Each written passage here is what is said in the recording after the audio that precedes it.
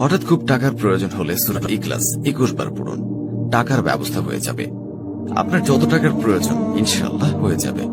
শুধুমাত্র যখন আপনারা হঠাৎ দেখবেন যে টাকার প্রয়োজন হবে, সে সময় আপনারা শুধুমাত্র সূরা ইখলাসটি পড়বেন। এই আমলের নিয়মে 21 বার।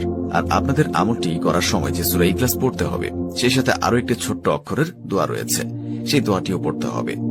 তো আপনাদের শুধুমাত্র সূরা ইখলাস এবং এই আমলটির জন্য ছোট্ট একটি অক্ষরের দোয়াটি পড়তে হবে। তাহলে আপনারা যখন সূরা ইখলাস 21 বার পড়বেন এবং এই আমলটির দোয়া পড়বেন, তো তখনই দেখবেন যে আপনাদের কাছে টাকার ব্যবস্থা হয়ে গেছে। আপনাদের কাছে টাকা আসতেই থাকবে, আপনারা নিজেও তা বুঝতে পারবেন না। বন্ধুরা, ভিডিওটি শুরু করার আগে আসুন একটু প্রার্থনা করি। হে আল্লাহ, আমাদের হালাল ধন সম্পদ দান করুন। যারা হালাল ধন সম্পদ পেতে চান সকলেই কমেন্টে লিখুন আমিন, এবং এই ভিডিওটিতে একটি লাইক দিন। এবং যারা চ্যানেলটিকে সাবস্ক্রাইব করেননি, চ্যানেলটিকে সাবস্ক্রাইব করুন। এই ভিডিওর লাইক টার্গেট 10,000, তাই সকলেই ভিডিওটিকে লাইক দিয়ে দিন। তো চলুন ভিডিওটি শুরু করা যাক। বিশেষ করে এই আমলটি খুব বেশি কাজে আসবে তখনই যখন আপনাদের হঠাৎ খুব টাকার প্রয়োজন হবে। সেটা হতে পারে যে কোনো দরকারে। আপনার যখনই টাকার প্রয়োজন হবে, আপনি একটু কষ্ট করে সূরা ইখলাসের এই আমলটি করবেন, তাহলে দেখবেন যে আপনাদের কাছে টাকার ব্যবস্থা হয়ে গেছে। খুবই সহজ নিয়ম আমলটির, এবং আপনারা খুব সহজে রেজাল্ট পেয়ে যাবেন। তো আপনাদের এখন এই আমলটির কথা বলে দিচ্ছি।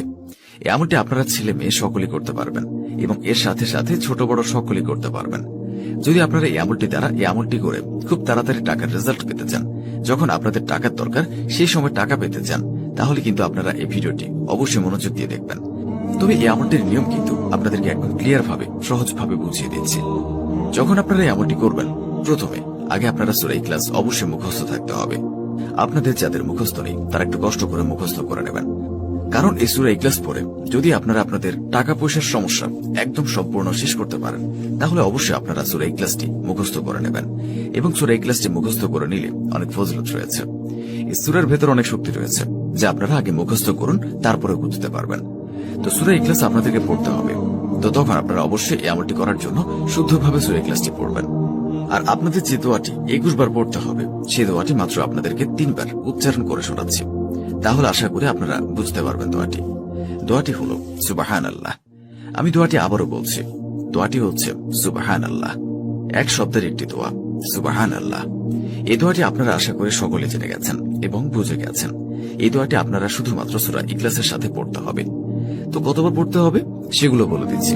তার আগে নিজে পবিত্র আল কোরআন শরীফের সূরা ইখলাস রয়েছে, সেই সূরাটি আপনাদেরকে শুধুমাত্র 21 বার পড়তে হবে। এবং সেই 21 বার পড়ার পর যখন আপনাদের কাছে টাকা আসবে, তো সেই সময় আপনারা যখন এই আমলটি করবেন, তখন কিন্তু কোনোভাবে সূরা ইখলাস ভুল করে পড়া যাবে না। তো সূরা ইখলাস এখন আমি আপনাদেরকে মাত্র একবার তিলাওয়াত করে শোনাচ্ছি। আপনারা সবাই মনোযোগ দিয়ে শুনুন।